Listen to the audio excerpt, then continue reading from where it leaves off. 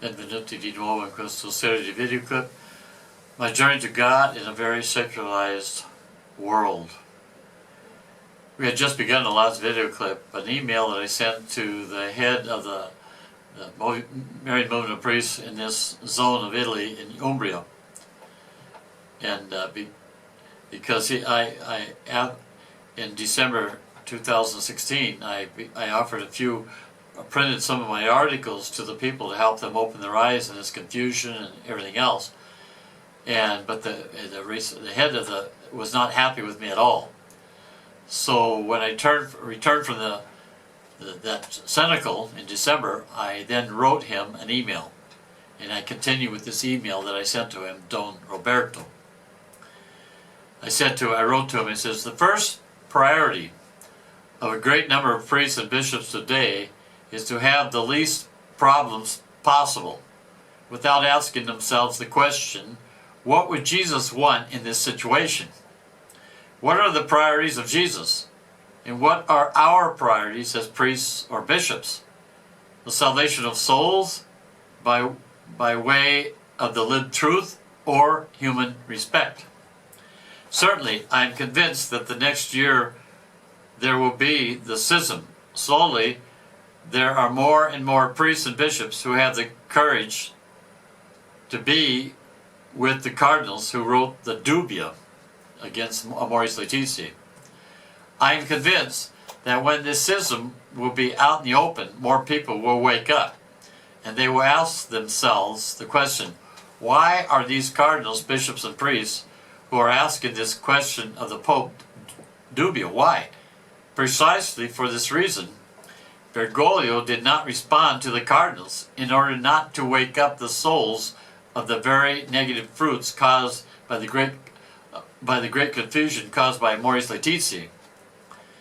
Before, the majority of Catholics understood that to have sex outside of marriage was a grave mortal sin. Now, the majority believe that you can live together and receive the false mercy without any commitment to repent or change one's life and live what we say in the act of contrition. I firmly resolve with the help of the grace to sin no more and to avoid the near occasions of sin. But sin, according to God, explained by the Church and the magisterium of the Church, not according to relativism of each person or according to the world. And then I offered him a few articles that was printed on the internet. The dubia, the four cardinals are right, and articles about the Amoris Laetitia and so on.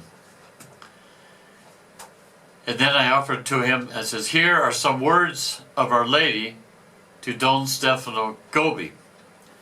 You have now arrived at the moment of your immolation. You are being called to suffer more and more. Give me all your suffering. Today it is the misunderstandings, the attacks, the calumnies of your brothers. Tomorrow it will be persecutions, imprisonment, condemnation on the part of atheists and enemies of God who will see in you the obstacles that must be eliminated. Walk with me and follow me along the path of my Son Jesus, along the way of Calvary, along the way of the cross. Never, as in these moments, will you have to live so profoundly that which is the vocation of every Christian. And Our Lady quotes Matthew 16. He who wishes to come after me must deny himself, take up his cross, and follow me. Follow me, beloved sons.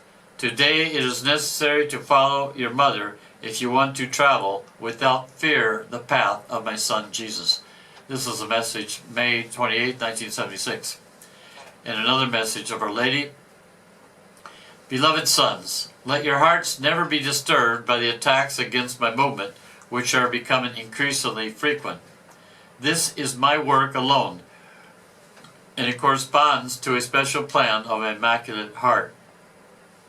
Difficulties, misunderstandings, and sufferings are permitted by me that this work of mine may be purified yet more. I want it to be purified of every human element, that it may thus reflect only my most pure light. I want to cover all my beloved sons the priests consecrated my immaculate heart with this most pure light. This is why I ask you for complete detachment from all persons, that I may give you true purity of heart. Every human attachment to yourselves, to creatures, and to the world beclouds your interior purity. How many of my poor priest sons have ended up by being totally of the world and have become its prisoners? My son Jesus saved this world above all when, to be faithful to the will of the Father, he detached himself from everything to be raised up from the earth and hung upon the cross. You will begin to bring back many souls to my Son when, like him, you also will be raised up from the earth. You must become accustomed to being raised up even now, spiritually speaking, by interior detachment from everyone. Thus you will possess true purity of heart, and you will be truly capable of loving even to the supreme test. You will always be carried by your mother, who knows where and how to lead you, that in each one of you the design of the Father's will may be realized. This was the message of May 3rd, 1976. And another little message. And the more you witness to this complete obedience to the church, the more you will be criticized, ridiculed, and persecuted. But it is necessary that yours be an increasingly painful and crucifying witness in order to help many of my poor children to remain even today in truth and in fidelity. This is a message April 13th, 1976. And another message. I need you, my beloved sons, to form you into victims worthy of being offered to the divine justice. And so you will be called more and more to suffer. The hours of agony and passion are drawing closer to you. This is a message April 3rd, 1976.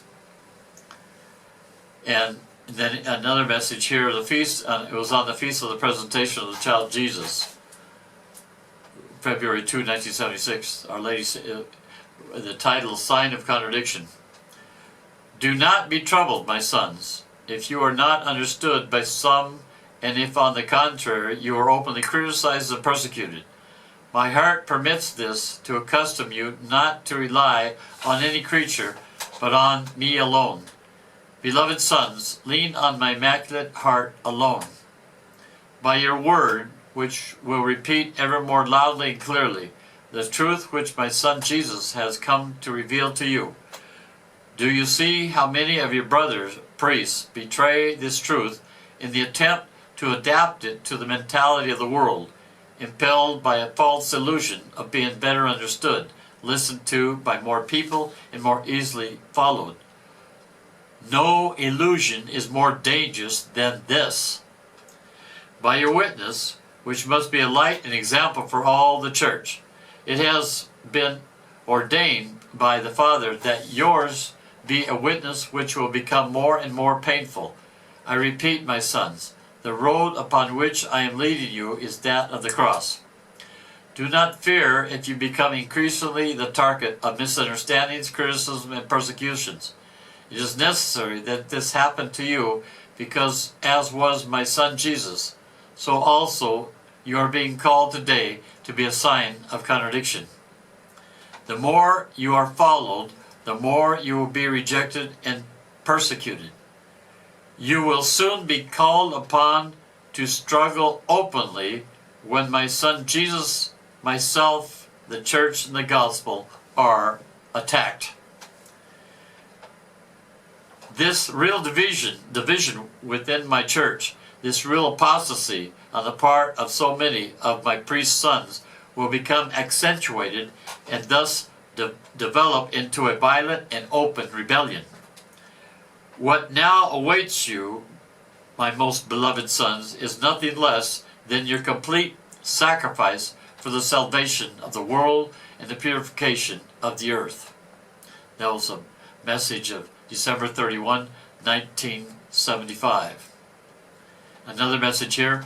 I have need of all your sufferings, This is the most precious weapon that can be used in this battle of mine. So I ask you to be prepared to suffer, to get ready to climb Calvary with Jesus and me, to offer yourselves to the Father as victims chosen by me and long prepared with motherly care. You too will be scoffed at, betrayed, and persecuted with the vicar of my son, the Pope. Many will have to give their lives and shed their blood. The others will remain to be consumed as a holocaust by living through these moments of great suffering, which are in preparation for the purification of the earth. Thus, you will be my light in the great darkness. But this most severe trial, my beloved sons, will be of short duration. Through my special intervention, these hours will be shortened, and soon there will shine forth upon a renewed world the triumph of my Immaculate Heart. That was a message of November 25th, 1975. We will continue the next video clip. May God bless you and Mary guide you.